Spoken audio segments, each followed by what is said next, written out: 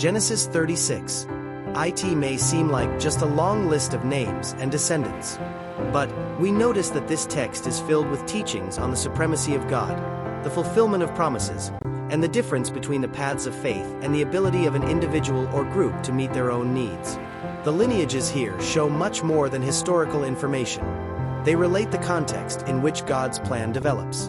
In the text, the lineage of Esau's descendants is shown before the focus shifts back to Jacob and his generation. The growth of the descendants of the peoples adhering to the rejected generation is reported, only to later focus on the generation of the promise. For the family descent determined not only the personal future, but also the paternal and spiritual future. The text begins with the lineage of Esau, which is Edom. The Edomites became known in biblical history as a warrior nation and often a rival of the Israelites, despite their close kinship. They also had a prosperous society in antiquity, rich in copper extraction and trade. Esau took as wives the women of Canaan, namely Adah, who bore Esau a son, Basemath, who also had a son, and Alabama, who bore Esau 3 sons. Esau migrated with his wives and children, all from his household, his flock and herd, everything he had acquired in Canaan, and he set out for Seir, staying away from his brother Israel, Jacob.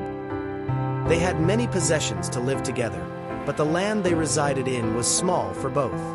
Thus, Esau settled in Seir, located in the mountainous region to the southeast of Edom and Judah. In Seir, Esau had other descendants and grandchildren, as well as chiefs of his sons. Also a lineage of Seir, the Horite, where among them was Anna, who found hot water in the desert when she was feeding her father Sebeon's flock. There were also the kings of Edom, who reigned in this city before there was an Israelite king. The names of the descendants are in the Bible. Israel, Jacob, remained in the land where his father had dwelt, which was Canaan. In this passage of Genesis, we see the growth of Esau's family and his possessions, spreading his clan according to God's promise made to Abraham, to proliferate his descendants into many nations. In this chapter, we see how God blessed the brothers Esau and Jacob. But the land where they lived became small for both of them, and both had to make a decision. Separate. We also observe the fulfillment of God's promise in Jacob's descendants in Canaan.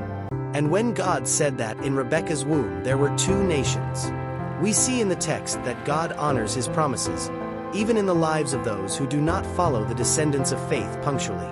For the blessing of God spreads in diverse ways, but the greatest inheritance is spiritual. We also see the risk of living only from a human perspective. And this warns us in the choices based solely on material benefits, without taking into account God's plan. Another focus that highlights observation is how God allows nations to increase, even outside the covenant, to show his glory and fulfill his purpose at the exact moment. And this reminds us that even when it seems like evil is advancing or others are ahead, God continues to direct history. Praise be to God. Did you like the content? Leave your like, share with your friends, and subscribe to the channel for more inspirational messages. Thank you for watching the video. We'll see you in the next video.